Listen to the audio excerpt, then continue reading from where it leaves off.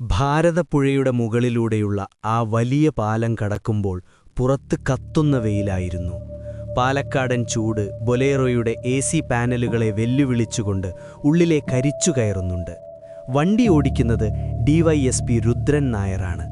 അയാളുടെ കണ്ണുകൾ റോഡിലെ തിരക്കുകളിലല്ല, മറിച്ച് ദൂരെ വറ്റി വരണ്ടുകിടക്കുന്ന നിളയുടെ മണൽപ്പരപ്പിലായിരുന്നു. 11:30 AM ഭാരതപ്പുഴ പാലം. രുദ്രൻ നായർ തൻ്റെ ഇടതുകിളി കൊണ്ട് മുട്ടിൽ പതുക്കെ തടവിക്കൊണ്ട്, കുഞ്ഞുമോനെ, ആ ഇടുക്കിയിലെ ലാൻഡ് ബ്രോക്കറുടെ നമ്പർ നിന്റെ കയ്യിലുണ്ടോ? ഈ ചൂടിൽ നിന്ന് എങ്ങോട്ടെങ്കിലും ഒന്ന് രക്ഷപ്പെടണം. റിട്ടയർമെൻറ്റിന് ശേഷം പീരുമേട്ടിൽ ചെറിയൊരു പ്ലോട്ട്, 2 ഏലത്തൈകൾ, 1 കപ്പ് കട്ടൻ കാപ്പി, അതിലപ്പുറം വലിയ മോഹങ്ങളൊന്നുമില്ല. കുഞ്ഞുമോൻ ഒരു ചെറിയ നെടുവീർപ്പോടെ, ഉണ്ട് സാറേ, പക്ഷേ ഇപ്പോൾ ഇടുക്കിയിലും വലിയ വിലയാണെന്നാ കേൾക്കുന്നത്. സാറിൻ്റെ ഈ ഐലൻഡ് പ്ലാൻ കേട്ടിട്ട് എൻ്റെ ഭാര്യയ്ക്ക് വലിയ ചിരിയായിരുന്നു. അവൾ പറയുന്നത് സാറിന് ഈ സർവീസിൽ നിന്ന് കിട്ടുന്ന ടെൻഷൻ മാറാൻ ഇടുക്കിയിലെ മഞ്ഞൊന്നും പോരാ എന്നാണ്. ഫെലിക്സ് തോമസ് തൻ്റെ ടാബ്ലറ്റിലെ ഒരു ഡിജിറ്റൽ സെൻസറിലേക്ക് നോക്കിക്കൊണ്ട്, Rudran sir, the PM 2.5 levels in this cabin are rising. Kunjumon, ആ പരിപ്പുവടയുടെ പൊതിയൊന്ന് മാറ്റിവെക്കാമോ? The smell of reused oil is physically distressing me. And sir, Idukki is topographically unstable for a retirement home. സയന്റിഫിക്കായി ചിന്തിച്ചാൽ കോട്ടയമാണ് best. Rudran Nair ഒരു ചെറിയ മന്ദഹാസത്തോടെ, science മാത്രം പോര Felix ജീവിതത്തിന്. ചിലപ്പോൾ കുറച്ച് അശാസ്ത്രീയമായ മൗനങ്ങളും നമുക്കാവശ്യമാണ്. പക്ഷേ ആ മൗനം 8 മാസമായി നീളുന്നത് അത്ര നല്ല ലക്ഷണമായി എനിക്ക് തോന്നുന്നില്ല. ബൊലേറോ പതുക്കെ ഷൊർണൂർ റെയിൽവേ സ്റ്റേഷന്റെ പാർക്കിംഗ് ഏരിയയിലേക്ക് തിരിഞ്ഞു. അവിടെ 100 കണക്കിന് വണ്ടികൾ വെയിലേറ്റു തിളങ്ങുന്നുണ്ട്. മിക്കവാറും വണ്ടികൾ രാവിലെ വന്നു വൈകുന്നേരം തിരിച്ചു പോകുന്നവയാണ്. പക്ഷേ ഒരറ്റത്ത് കരിയിലകൾ മൂടി പകുതിയും തുരുമ്പിച്ച ഒരു പഴയ ഹീറോ ഹോണ്ട സ്പ്ലെൻഡർ നിൽക്കുന്നുണ്ട്.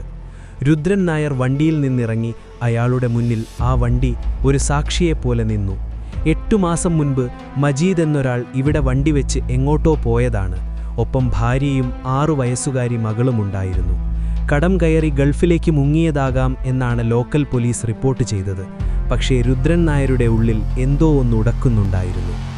ഫെലിക്സ് തോമസ് ഗ്ലൗസ് ധരിച്ച് ബൈക്കിൻ്റെ ഹാൻഡിലിൽ തൊട്ടുകൊണ്ട്, look at this oxidation pattern sir. ഈ തുരുമ്പ് പറയുന്നത് ഈ ബൈക്ക് കഴിഞ്ഞ 8 മാസമായി 1 സെന്റിമീറ്റർ പോലും മാറ്റിയിട്ടില്ലെന്നാണ്. ബട്ട് ലുക്ക് ഹിയർ, ആ കീ ഹോളിൽ താക്കോലിരിപ്പുണ്ട്. It's in the off position. ആരെങ്കിലും ട്രെയിൻ പിടിക്കാൻ ധൃതിയിൽ ഓടുമ്പോൾ താക്കോൽ വണ്ടിയിലിട്ടിട്ട് പോകുമോ? Especially someone who is fleeing from debt and needs every penny. കുഞ്ഞുമോൻ നെഞ്ചിലൊന്ന് കുരിശു വരച്ചുകൊണ്ട്, സാറേ, ആ വണ്ടിയുടെ ടയറിന് താഴെ ഒരു ചെറിയ കറുത്ത ചരട് കിടക്കുന്നത് കണ്ടോ? എനിക്കെന്തോ ഒരു പേടി തോന്നുന്നു. മജീദും കുടുംബവും ശരിക്കും നാട് വിട്ടതു തന്നെയാണോ? രുദ്രൻ നായർ വണ്ടിക്ക് ചുറ്റും പതുക്കെ നടന്നു. അയാൾ ആ വണ്ടിയുടെ സീറ്റിൽ പറ്റിപ്പിടിച്ച പൊടിപടലങ്ങളിലേക്ക് നോക്കി നിന്നു. അയാളുടെ പ്രശസ്തമായ മെഡിറ്റേഷൻ തുടങ്ങുകയായിരുന്നു. കണ്ണുകൾ അടച്ച് അയാൾ ആ 8 മാസം മുൻപുള്ള രാത്രിയെ വിഷ്വലൈസ് ചെയ്യാൻ ശ്രമിച്ചു. മഴ പെയ്യുന്ന ഒരു രാത്രി. മജീദ് വണ്ടി ഇവിടെ കൊണ്ടുവയ്ക്കുന്നു. പക്ഷേ എന്തിനാണ് താക്കോൽ ഊരാത്തത്? രുദ്രൻ നായർ ഫോൺ എടുത്തുകൊണ്ട്, പറയൂ സർ, വണക്കം. SP കുരുവിള ഫോണിലൂടെ ഗൗരവമേറിയ ശബ്ദത്തിൽ. രുദ്രൻ, താൻ ഷൊർണൂറിലെത്തിയോ? ഒരു ബാഡ് ന്യൂസ് ഉണ്ട്. മജീദിൻ്റെ ആ പഴയ തറവാട് ബാങ്ക് ലേലത്തിൽ പിടിച്ചു കഴിഞ്ഞു. ഹൈവേ പ്രോജക്റ്റിൻ്റെ ഭാഗമായി ആ വീടും പറമ്പും ഇപ്പോൾ പൊളിക്കാൻ ഓർഡർ വന്നിരിക്കുന്നു. കൃത്യം 5 ദിവസം. അടുത്ത തിങ്കളാഴ്ച ബുൾഡോസറുകൾ അവിടെ എത്തും. മജീദിൻ്റെ അച്ഛൻ മാധവൻ കുറുപ്പ് മാസ്റ്റർ വലിയ എതിർപ്പിലാണ്. പക്ഷേ ഹൈവേ അതോറിറ്റി വിട്ടുവീഴ്ചയ്ക്കില്ല. തനിക്ക് ആകെ 5 ദിവസം മാത്രമേ ഉള്ളൂ ആ വീടിനുള്ളിൽ എന്തെങ്കിലും ഒളിഞ്ഞിരിപ്പുണ്ടോ എന്ന് പരിശോധിക്കാൻ. അതിനുശേഷം ആ മണ്ണ് നിരന്നുപോകും. രുദ്രൻ നായർ, 5 ദിവസം സർ, അതൊരു ചെറിയ സമയമാണ്. ലോക്കൽ പോലീസ് അവിടെ തിരച്ചിൽ നടത്തിയതാണല്ലോ. SP കുരുവിള, അവർ അത് വെറുമൊരു സാമ്പത്തിക തിരോധനമായിട്ടാണ് കണ്ടത്. പക്ഷേ IGക്ക് എന്തോ ഒരു സംശയം. ആ ബൈക്ക് അവിടെ കിട്ടിയതു മുതൽ കേസിലെ ലോജിക്ക് മാറുകയാണ്. മജീദ് ട്രെയിൻ കയറി പോയെങ്കിൽ അവൻ്റെ പാസ്പോർട്ടും വിസയും എവിടെ? ബഷീറിൻ്റെ ഗാങ് അവനെ ദുബായിൽ തപ്പുകയാണ്. ദാറ്റ് മീൻസ് അവൻ ദുബായിൽ എത്തിയിട്ടില്ല. താൻ ഉടനെ ഒറ്റപ്പാലത്തെ ആ വീട്ടിലേക്ക് ചെല്ല്. ഫോൺ കട്ടായി. അയാളുടെ മുന്നിൽ ഇപ്പോൾ കത്തുന്ന വെയിലല്ല, മറിച്ച് തണുത്തുറഞ്ഞ ഒരു ഭീതിയാണ് പടരുന്നത്. രുദ്രൻ നായർ, കുഞ്ഞുമോനെ, ഫെലിക്സ്, വണ്ടിയിൽ കയറൂ. നമുക്കൊറ്റപ്പാലത്തേക്ക് പോകണം. നമുക്ക് മുന്നിൽ 120 മണിക്കൂർ മാത്രമേ ഉള്ളൂ. ആ വീട് തകർന്നു വീഴുന്നതിനു മുൻപ് എനിക്ക് ആ 8 മാസം മുൻപുള്ള മൗനം കേൾക്കണം. Felix Thomas. Sir, if we find something, it will be the most unscientific discovery in my career. 8 മാസം മണ്ണ് മൂടിക്കിടക്കുന്ന ഒരു രഹസ്യം 5 ദിവസത്തിനുള്ളിൽ പുറത്തെടുക്കുക എന്നത് അസാധ്യമാണ്. രുദ്രൻ നായർ, അസാധ്യമായ കാര്യങ്ങൾ ചെയ്യാൻ വേണ്ടിയാണല്ലോ ഫെലിക്സ് നമ്മളെ ഇങ്ങോട്ട് അയച്ചിരിക്കുന്നത്. വണ്ടി വിട്ടോ? വാഹനത്തിൽ നിന്നിറങ്ങിയപ്പോൾ രുദ്രൻ നായർ ആദ്യം കണ്ടത് ഗേറ്റിന് സൈഡിൽ അടിച്ചുവച്ചിരുന്ന ബാങ്കിന്റെ മഞ്ഞ ബോർഡാണ്. Property seized by bank. അതിനു മുകളിലൂടെ ഹൈവേ അതോറിറ്റിയുടെ നിയോൺ ഓറഞ്ച് പെയിന്റ് കൊണ്ട് വലിയൊരു ക്രോസ് മാർക്ക് ഇട്ടിരിക്കുന്നു. ആ വീടിന്റെ ആയുസ് എണ്ണപ്പെട്ട് കഴിഞ്ഞു എന്ന് വിളിച്ചു പറയുന്ന അടയാളം. 2:45 PM, മജീദിന്റെ തറവാട്, ഒറ്റപ്പാലം. ഫെലിക്സ് തോമസ് തന്റെ ഷൂസിലേക്ക് നോക്കി മുഖം ചുളിച്ചുകൊണ്ട്, "sir, look at the humidity levels here. വായുവിൽ വല്ലാത്തൊരു ഓർഗാനിക് ഡീകെ ഗന്ധമുണ്ട്. പായൽ പിടിച്ച ചുവരുകളിൽ നിന്ന് ആൽഗൽ വളർച്ച കാണാം. ഈ വീട് പൊളിക്കുന്നത് ഒരുപക്ഷെ അവിടുത്തെ ബാക്ടീരിയകൾക്ക് നല്ലതാകാം, പക്ഷെ നമുക്ക് ഇതൊരു ഫോറൻസിക് നൈറ്റ്മെയർ ആണ്. സാർ, ആ കൗഷഡ് നോക്കിയേ. തറവാടിനേക്കാൾ പഴക്കം തോന്നിക്കുന്നുണ്ടല്ലോ." കുഞ്ഞുമോൻ വയറ്റിലൊന്ന് തടവിക്കൊണ്ട്, "സാറേ, ഇവിടെ ഒരു വല്ലാത്ത തണുപ്പ്. ഈ പറമ്പിൽ നിൽക്കുമ്പോൾ എനിക്ക് പണ്ട് ഇടുക്കിയിലുണ്ടായ ഒരു അനുഭവം ഓർമ്മ വരികയാണ്. അന്നൊരു കൊലപാതകം നടന്ന പറമ്പിലും ഇതേപോലൊരു വല്ലാത്ത നിശബ്ദതയായിരുന്നു. പക്ഷേ സാറേ, ആ ഉമ്രത്തൊരാൾ ഇരിക്കുന്നുണ്ട്. അതായിരിക്കണം മജീദിന്റെ അച്ഛൻ മാസ്റ്റർ. പഴയൊരു തടിക്കസേരയിൽ വെള്ളമുണ്ടും ഷർട്ടും ധരിച്ച് ഒരു വൃദ്ധനിരിക്കുന്നു. മാധവക്കുറുപ്പ്, വിരമിച്ച ഹെഡ്മാസ്റ്ററാണ്.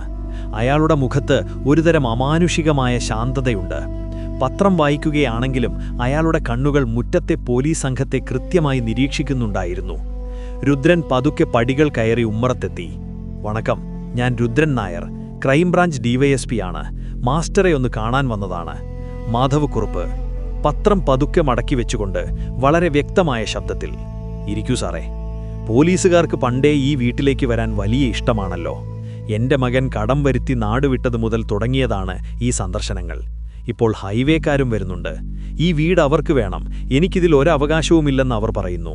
രുദ്രൻ മാധവക്കുറുപ്പിന്റെ കണ്ണുകളിലേക്ക് സൂക്ഷിച്ചു നോക്കി. "മാസ്റ്റർ, മജീദ് പോയിട്ട് 8 മാസമായി. ഒരൊറ്റ തവണ പോലും അവൻ നിങ്ങളെ വിളിച്ചില്ലേ? ഒരു കത്തോ ഇമെയിലോ? അവന്റെ കൂടെ 6 വയസ്സുള്ള മോളുമുണ്ടായിരുന്നല്ലോ. മാസ്റ്റർക്ക് അവരെ കാണണമെന്ന് തോന്നാറില്ലേ?" "തോന്നിയതുകൊണ്ട് എന്ത് കാര്യം സാറേ? അവനൊരു അന്തസ്സില്ലാത്തവനായി പോയി. തറവാടിന്റെ ആധാരം പണയം വെച്ച് അവൻ ഗൾഫുകാരൻ ബഷീറിന്റെ കയ്യിൽ നിന്ന് ലക്ഷങ്ങൾ വാങ്ങി. അവരിവിടെ വന്ന് ബഹളം വെച്ചപ്പോഴാണ് അവൻ മുങ്ങിയത്. അവന്റെ മൗനം എനിക്കുള്ള ശിക്ഷയാണെന്ന് ഞാൻ കരുതുന്നു. അവൻ എവിടെയെങ്കിലും സുഖമായി ജീവിക്കട്ടെ." അപ്പോഴാണ് വീടിനുള്ളിൽ നിന്നൊരു പാത്രം വീണുടയുന്ന ശബ്ദം കേട്ടത്. രുദ്രൻ പെട്ടെന്ന് ആ വശത്തേക്ക് നോക്കി. ഒരു പെൺകുട്ടിയുടെ നിഴൽ വാതിലിന് പിന്നിൽ മായുന്നത് അയാൾ കണ്ടു. "അകത്താരാണ് മാസ്റ്റർ? മജീദിന്റെ അനിയത്തി ഇവിടെ ഇല്ലെന്നാണല്ലോ ഞാൻ അറിഞ്ഞത്." മാധവക്കുറുപ്പ് മുഖത്ത് ആദ്യമായി ഒരു ചെറിയ വെപ്രാളം കാണിച്ചുകൊണ്ട്, അതൊരു ജോലിക്കാരിയാണ്. എന്റെ മകൾ ഇപ്പോൾ ഇവിടെ ഇല്ല. അവൾ അവളുടെ വലിയമ്മയുടെ വീട്ടിലാണ്. പഠനത്തിന്റെ ആവശ്യത്തിനായി പോയതാണ്." ഫെലിക്സ് തോമസ് പതുക്കെ രുദ്രന്റെ അടുത്തേക്ക് വന്ന് ചെവിയിൽ മന്ത്രിക്കുന്നു. "Sir, I just hacked into the KSEB and water authority data for this building. ഞെട്ടിക്കുന്നൊരു കാര്യമുണ്ട്. 8 മാസം മുൻപ് മജീദും കുടുംബവും കാണാതാവുന്നതിന് തൊട്ടടുത്ത 48 അവേഴ്സിൽ ഈ വീട്ടിൽ വാട്ടർ കണക്ഷൻ പീക്ക് യൂസേജ് ആയിരുന്നു. ഏകദേശം 5000 ലിറ്റർ വെള്ളം ആ 2 ദിവസം കൊണ്ട് ഇവിടെ ഉപയോഗിച്ചു. പക്ഷേ അതിനുശേഷം ഇന്നുവരെ ഇവിടത്തെ വാട്ടർ മീറ്റർ അനങ്ങിയിട്ടില്ല. Why would a single old man need 5000 liters of water in 2 days, sir? Was he cleaning something or someone?" Rudran നായരുടെ മുഖത്ത് ആ പാലക്കാടൻ ഗ്രാനൈറ്റ് കാഠിന്യം വന്നു. അയാൾ പതുക്കെ എഴുന്നേറ്റ് മുറ്റത്തേക്ക് നടന്നു. പറമ്പിന്റെ ഒരറ്റത്ത് നിൽക്കുന്ന ആ പഴയ തൊഴുത്തിനു ചുറ്റും കാട് വളർന്നു നിൽക്കുന്നുണ്ട്. പക്ഷേ ആ കാടിനിടയിൽ ഒരു ചെറിയ നടപ്പാത തെളിഞ്ഞുകിടക്കുന്നത് അയാൾ ശ്രദ്ധിച്ചു. മാസ്റ്റർ ദിവസവും അങ്ങോട്ട് പോകുന്നുണ്ട്. കുഞ്ഞുമോൻ രുദ്രന്റെ അടുത്തേക്ക് ഓടി വരുന്നു. "സാറേ, പുറത്തൊരു വലിയ വണ്ടി വന്നു നിൽക്കുന്നുണ്ട്. അത് ചന്ദ്രനാണ്. ഈ സ്ഥലത്തിന്റെ ബോർഡർ തർക്കം മജീദുമായി നടത്തിയിരുന്ന ആ ബ്രോക്കർ. അവൻ ഇങ്ങോട്ട് വരുന്നത് അത്ര നല്ല കാര്യത്തിനാകില്ല." ചന്ദ്രൻ ഉച്ചത്തിൽ ചിരിച്ചുകൊണ്ട്, "ഹഹാ, ക്രൈംബ്രാഞ്ചൊക്കെ എത്തിയോ? രുദ്രൻ സാറേ, ഈ പറമ്പ് നോക്കി സമയം കളയണ്ട. അടുത്തയാഴ്ച ബുൾഡോസറുകൾ ഇത് നിരത്തും. മാസ്റ്ററെ, നിങ്ങളോട് ഞാൻ പറഞ്ഞതല്ലേ ഈ വസ്തു എനിക്ക് വിൽക്കാൻ? ഇപ്പോൾ കണ്ടില്ലേ, കാശും കിട്ടിയില്ല, വീടും പോയി. മജീദ് ഒരു ഭാഗ്യവാനാണ്. അവനിത് കാണാൻ ഇവിടെ ഇല്ലല്ലോ." രുദ്രൻ നായർ ചന്ദ്രന്റെ നേരെ നോക്കി ശാന്തമായി. "ചന്ദ്രൻ, നീ ഇവിടെ ആഘോഷിക്കാൻ വന്നതാണോ? മജീദിനെ കാണാതായ രാത്രിയിൽ നിന്റെ ഗുണ്ടകളും ഇവിടെ ഉണ്ടായിരുന്നല്ലോ. മജീദിന്റെ മകളെ നീ ഭീഷണിപ്പെടുത്തിയത്. ചന്ദ്രൻ പെട്ടെന്ന് ഗൗരവത്തിലായി. സാറേ, വെറുതെ ഒരു കേസിൽ എന്നെ പെടുത്താൻ നോക്കണ്ട. ഞാൻ അന്ന് ഹോസ്പിറ്റലിൽ അഡ്മിറ്റായിരുന്നു. അതിന്റെ രേഖകൾ ഞാൻ പോലീസിന് കൊടുത്തതാണ്. മജീദ് പോയെങ്കിൽ അതവന്റെ ഭാഗ്യം. രുദ്രൻ ഒന്നും മിണ്ടിയില്ല. അയാൾ പതുക്കെ തന്റെ ഫ്ലാസ്ക് തുറന്നു. തണുത്തുപോയ കട്ടൻ കാപ്പി അയാൾ ഒരു ഗ്ലാസ്സിലേക്ക് പകർന്നു. മാധവക്കുറുപ്പ് മാസ്റ്റർ ഇപ്പോഴും തന്റെ കസേരയിൽ അനങ്ങാതെ ഇരിക്കുകയാണ്. പക്ഷെ അയാളുടെ വിരലുകൾ കസേരയുടെ വശങ്ങളിൽ മുറുകെ പിടിക്കുന്നത് രുദ്രൻ കണ്ടു. രുദ്രൻ, കുഞ്ഞുമോനെ, ഫെലിക്സ്, നമുക്ക് ആ തൊഴുത്തൊന്ന് പരിശോധിക്കണം. മാസ്റ്റർ, സമ്മതമാണല്ലോ അല്ലേ? മാധവക്കുറുപ്പ് സ്വരത്തിലൊരു ചെറിയ വിറയൽ അറിയാതെ വന്നുപോയി. അവിടെ പാമ്പും പഴുതാരയൊക്കെ കാണും സാറേ. പശുക്കളും പോയിട്ട് കുറേ കാലമായി. പരിശോധിക്കാൻ അവിടെ ഒന്നുമില്ല. രുദ്രൻ, ഒന്നുമില്ലെങ്കിൽ പിന്നെ പരിശോധിക്കുന്നതിൽ കുഴപ്പമില്ലല്ലോ. രുദ്രൻ പതുക്കെ ആ തൊഴുത്തിന് നേരെ നടന്നു. ചന്ദ്രൻ പതുക്കെ തന്റെ വണ്ടിയിലേക്ക് തിരിച്ചുപോയി. പക്ഷെ അയാളുടെ കണ്ണുകൾ ഭീതി നിറഞ്ഞതായിരുന്നു. രുദ്രൻ തൊഴുത്തിന്റെ കവാടത്തിലെത്തി. ഉള്ളിൽ നിന്നൊരു പ്രത്യേകതരം രാസവസ്തുവിന്റെ ഗന്ധം വരുന്നുണ്ടായിരുന്നു. ഫെലിക്സ് തന്റെ ഡിജിറ്റൽ സെൻസർ ഉയർത്തിപ്പിടിച്ചു. ഫെലിക്സ് തോമസ് നടുക്കത്തോടെ, sir, I am detecting high concentrations of calcium hydroxide. That means കുമ്മായം.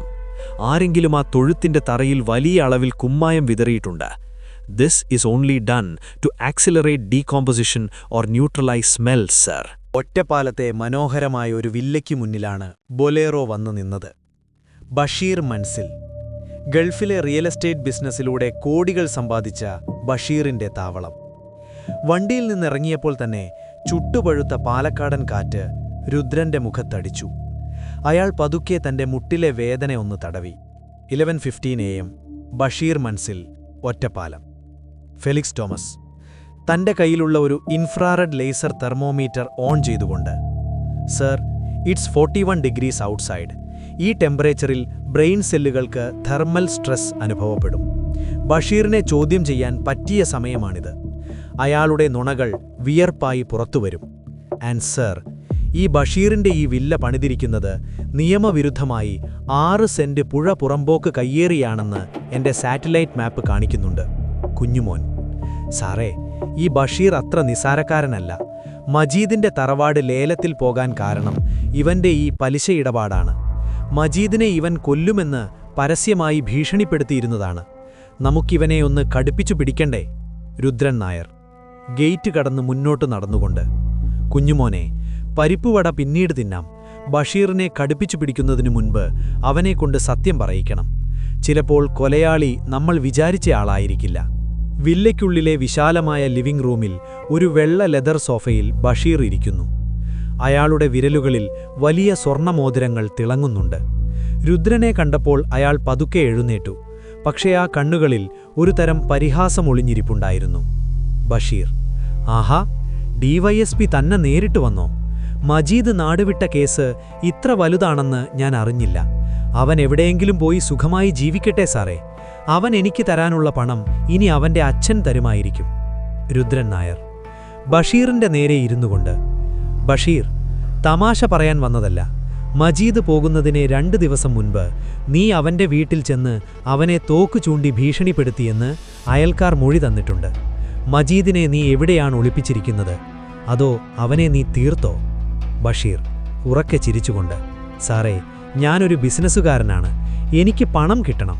മജീദിനെ കൊന്നാൽ എനിക്ക് മണ്ണും കിട്ടില്ല, വിണ്ണും കിട്ടില്ല. ഞാൻ അവനെ ഭീഷണിപ്പെടുത്തിയത് സത്യമാണ്.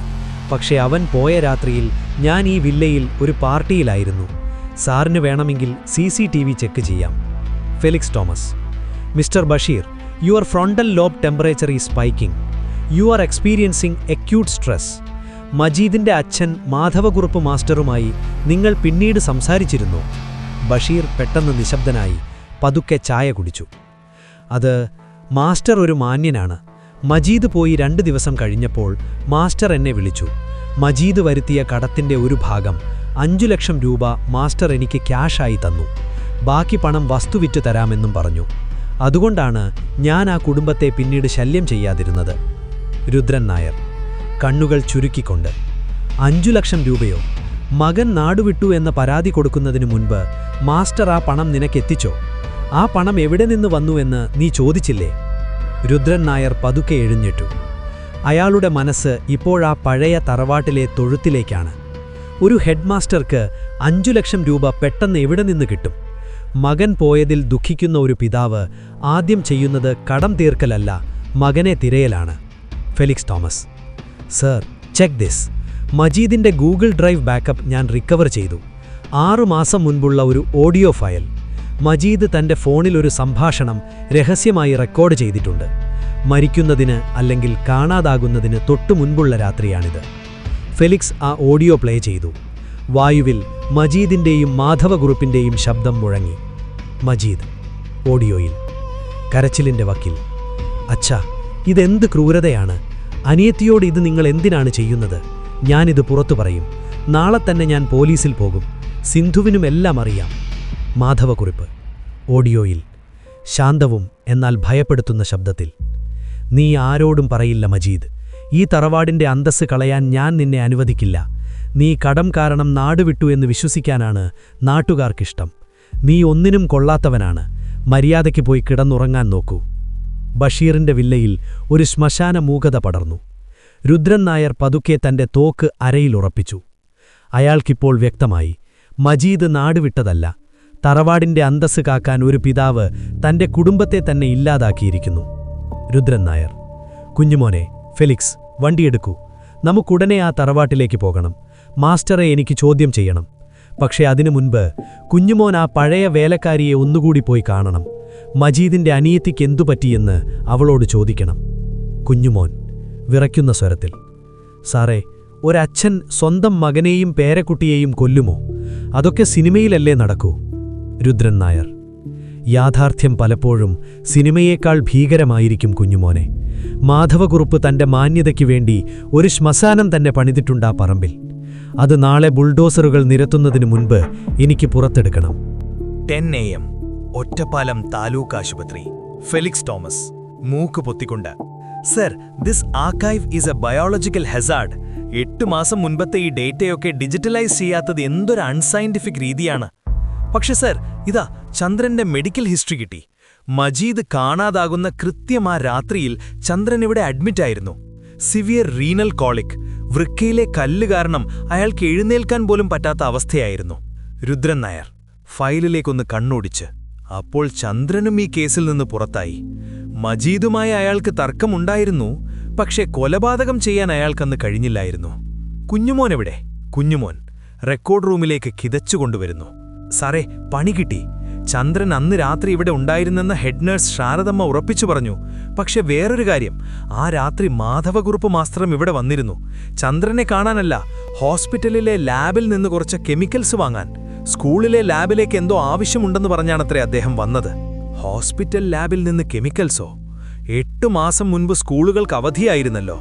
ഫെലിക്സ്, നീ ആ തൊഴുത്തിലെ മണ്ണിൽ നിന്ന് കിട്ടിയ ആ സാമ്പിൾ ഒന്നുകൂടി പരിശോധിച്ചോ?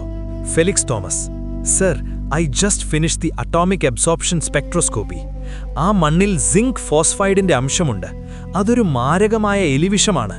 ഇത് ശരീരത്തിനുള്ളിൽ ചെന്നാൽ ഹാർട്ട് ഫെയിലിയർ ഉണ്ടാകും. മൃതദേഹം പോസ്റ്റ്മോർട്ടം ചെയ്താലും കണ്ടെത്താൻ പ്രയാസമാണ്. ബൊലേറോ ഇപ്പോൾ പാലക്കാട് ടൗണിന് പുറത്തുള്ള ഒരു പഴയ കോളനിയിലേക്കാണ് പോകുന്നത്. മാധവകുറുപ്പ് മാസ്റ്ററുടെ മകൾ പഠനത്തിനായി താമസിക്കുന്നു എന്ന് പറഞ്ഞ ആ വലിയമ്മയുടെ വീടിനടുത്തേക്ക്. കുഞ്ഞുമോൻ: സാറേ, മാസ്റ്റർ പറഞ്ഞ ആ വലിയമ്മയുടെ പേര് സരസ്വതി എന്നാണല്ലോ. ഞാൻ ലോക്കൽ ഇന്റലിജൻസ് വഴി തിരക്കി. അങ്ങനെ ഒരാൾ ഈ കോളനിയിൽ താമസിച്ചിരുന്നു. പക്ഷെ 8 മാസം മുൻപ് അവർ മരിച്ചുപോയി സാറേ. അപ്പോൾ മാസ്റ്ററുടെ മകൾ എവിടെ പോയി? രുദ്രൻ നായർ വല്ലാത്തൊരു ഭീതിയോടെ: അതാണ് എനിക്കും അറിയേണ്ടത് കുഞ്ഞുമോനെ. മാസ്റ്റർ നുണ പറയുകയാണ്. മജീദും കുടുംബവും മാത്രമല്ല, ആ പെൺകുട്ടിയും അപകടത്തിലാണ്. നമുക്ക് ആ വീടൊന്ന് കാണണം. കോളനിയിലെ ആ പഴയ വീട് പൂട്ടിയിട്ടിരിക്കുകയാണ്. മുറ്റത്ത് പടർന്നു പന്തലിച്ച വള്ളിച്ചെടികൾ. വീടിന്റെ വാതിലിൽ ഒരു തുരുമ്പിച്ച താഴ് തൂങ്ങിക്കിടക്കുന്നു. രുദ്രൻ നായർ പതുക്കെ ആ വീടിനു ചുറ്റും നടന്നു. അയാളുടെ കണ്ണുകളിൽ 6 അടി മണ്ണിലുറങ്ങുന്ന നീതിയുടെ തിളക്കമായിരുന്നു. Felix Thomas: sir, look at the dust patterns. ആ തറയിൽ കുറേ ദിവസമായി ആരും നടന്നിട്ടില്ല. പക്ഷെ ആ വശത്തെ കസേരയിൽ ഒരു കറുത്ത തുണിയുടെ കഷ്ണം കുടുങ്ങിക്കിടക്കുന്നത് കണ്ടോ? It looks like A part of A school uniform skirt. Rudran Nair: അപ്പോൾ മാസ്റ്റർ തന്റെ മകളെ ഇവിടെയാണ് ഒളിപ്പിച്ചു വെച്ചിരുന്നത്. മജീദ് ഇത് അറിഞ്ഞപ്പോഴാണ് പ്രശ്നം തുടങ്ങിയത്. കുഞ്ഞുമോനെ, ഈ പൂട്ട് പൊട്ടിക്കോ.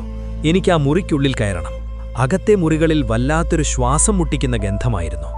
മരുന്നിന്റെയും പഴയ തുണികളുടെയും മണം. രുദ്രൻ നായർ ഒരു മുറിയുടെ വാതിൽ തുറന്നു. അവിടെ ഒരു കട്ടിലിൽ ചങ്ങലക്കിട്ട നിലയിൽ ഒരു പെൺകുട്ടി ഇരിക്കുന്നുണ്ടായിരുന്നു. അവൾക്ക് ഏകദേശം 17 വയസ്സ് കാണും. പേടിച്ചു വിറച്ച് കണ്ണുകളിൽ ജീവനില്ലാത്തതുപോലെ അവൾ അവരെ നോക്കി. കുഞ്ഞുമോൻ, ഈശ്വര, ഇത് മാസ്റ്ററുടെ മകൾ അനഘയല്ലേ? മോളെ, പേടിക്കണ്ട, ഞങ്ങൾ പോലീസാണ്. അനഘ, അച്ഛൻ വരുന്നുണ്ടോ? എന്നെ കൊണ്ടുപോകാൻ അദ്ദേഹം വരുമോ? മജീദേട്ടൻ, ഏട്ടൻ എവിടെയാണ്? ഏട്ടൻ എന്നെ രക്ഷിക്കുമെന്ന് പറഞ്ഞിരുന്നു.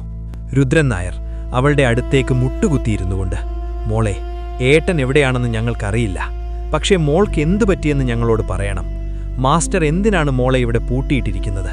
അനഘ കരഞ്ഞുകൊണ്ട്, ഏട്ടൻ എല്ലാം അറിഞ്ഞു സാറേ. അച്ഛൻ എന്നോട് ചെയ്തത് ഏട്ടനും സിന്ധു ചേച്ചിയും കണ്ടുപിടിച്ചു. അന്ന് രാത്രി വലിയ വഴക്കായിരുന്നു.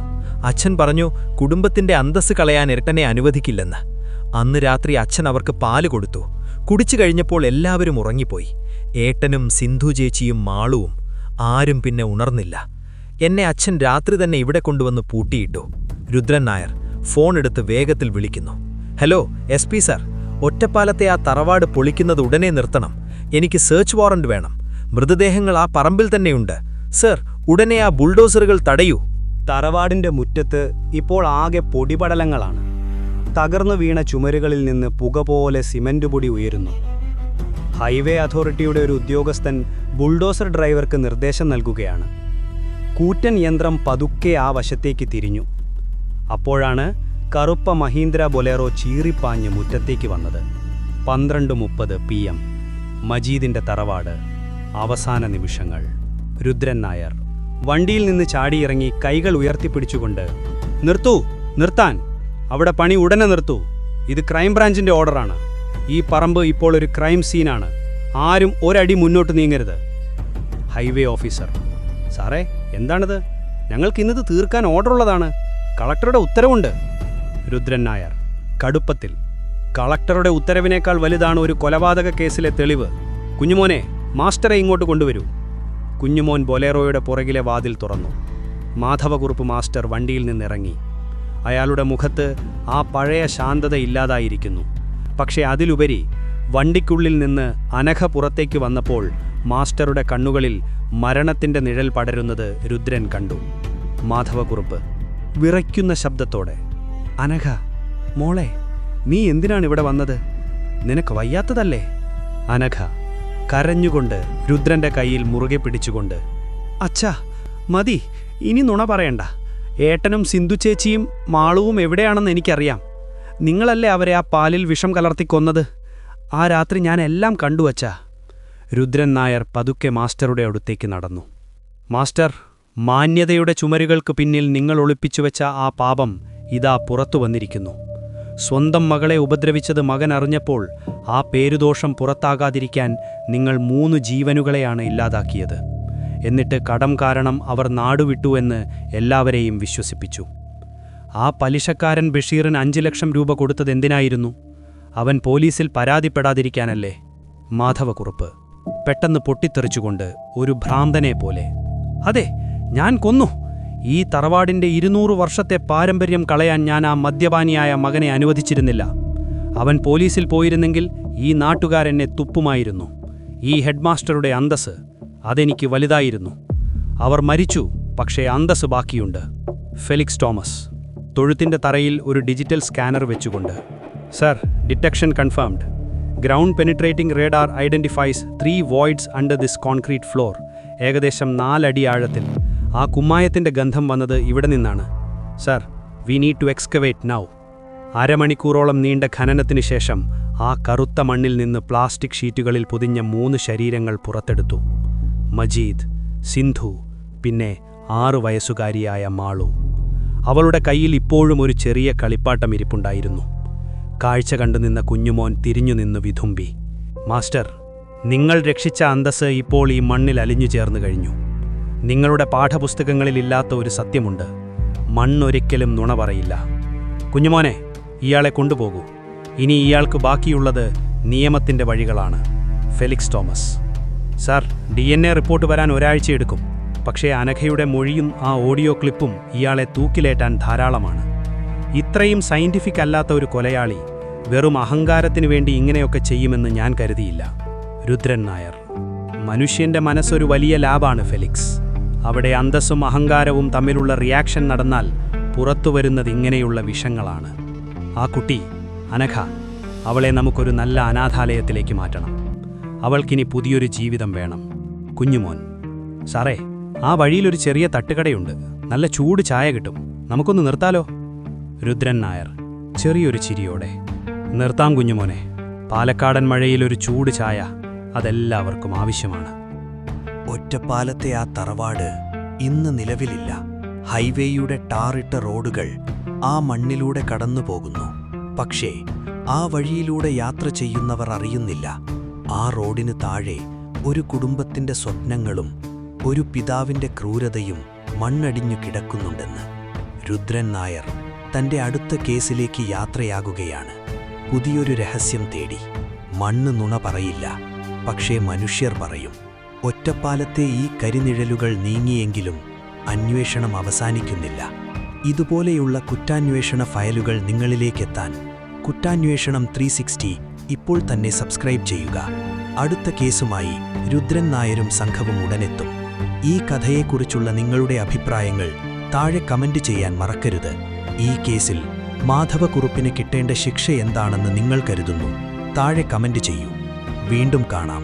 അതുവരെ ജാഗ്രതയോടെ ഇരിക്കുക.